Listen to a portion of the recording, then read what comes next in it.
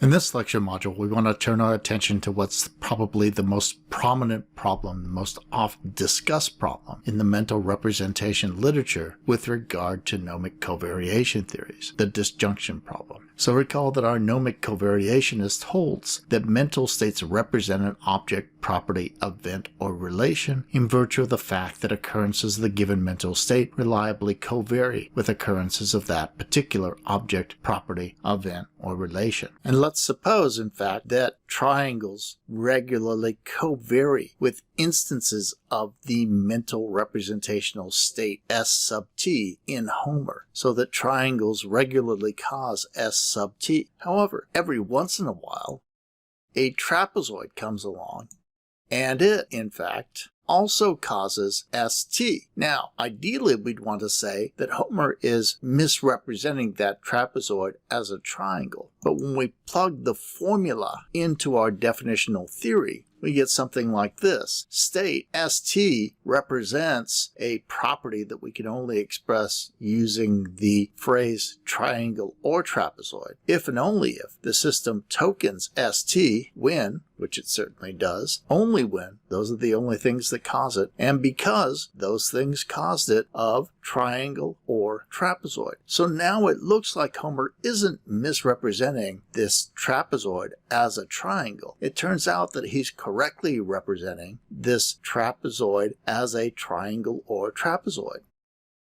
And so the question now arises, how do you account for misrepresentation? Because anytime you represent something, anytime some property, object, event, or relation causes that mental state inside your head, it seems to become part of the things that cause that mental state, such that the mental state occurs when, only when, and because of those things that caused it. So one wonders, are you correctly representing a property that we can only describe as triangle or trapezoid? Or are you representing triangle but misrepresenting that trapezoid as a triangle? Now remember that the goal for gnomic covariation is to come up with a causal version of an effective decision procedure. Our mental state, in effect, gets tokened for all and only triangles. So it goes through the world looking for triangles. But if it turns out that that effective decision procedure, that procedure that always tokens for triangles, in fact, always tokens for triangles or trapezoids, then it looks like the mental content of that state is really triangle or trapezoid. And so it looks like any misrepresentation, or at least ostensive misrepresentation, is a de facto representation of a disjunctive property.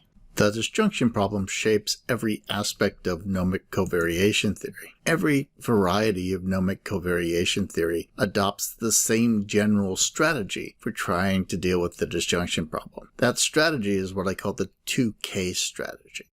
The idea is that whenever you look at the overall set of cases of a cognizer tokening a particular kind of state, you divide those cases up into two subgroups. On the one hand, you have content imbuing cases. These are cases where whatever it is that causes that mental state is in fact part of the content of that mental state. On the other hand, you have this other set of cases, the content-utilizing cases. In this group, the cognizer can token a state veridically, or the cognizer can token the state in a way that misrepresents. So in the content-imbuing cases, there is no misrepresentation possible. In the content-utilizing cases, there is misrepresentation possible. Now, the rationale for distinguishing between these two cases and their two relative roles in cognition provides the basis for distinguishing between the different flavors of gnomic covariation. Let's look at one example to illustrate this point as we end this lecture module, and we'll pick up other examples in the next lecture module. Let's take a look at idealization or ideal conditions. The rationale behind this particular version of gnomic covariation is an appeal to mainstream science. That move of idealization in developing scientific theories both inspires and, at least initially, lends plausibility to the covariationist idealization strategy. The idea here is that in normal cases of scientific idealization, theorists ignore certain negligible parameters in real systems in order to formulate a law. The resulting law, though not strictly true of any actual system, proves predictively adequate and quantifies a real relation in actual physical systems. The gnomic covariationist who adopts an idealization approach makes the same claim for distinguishing between content imbuing cases and content utilizing cases. The content imbuing cases are the idealization cases in optimal conditions when the system is operating perfectly and so on. Those are the cases where we have content imbuing covariation.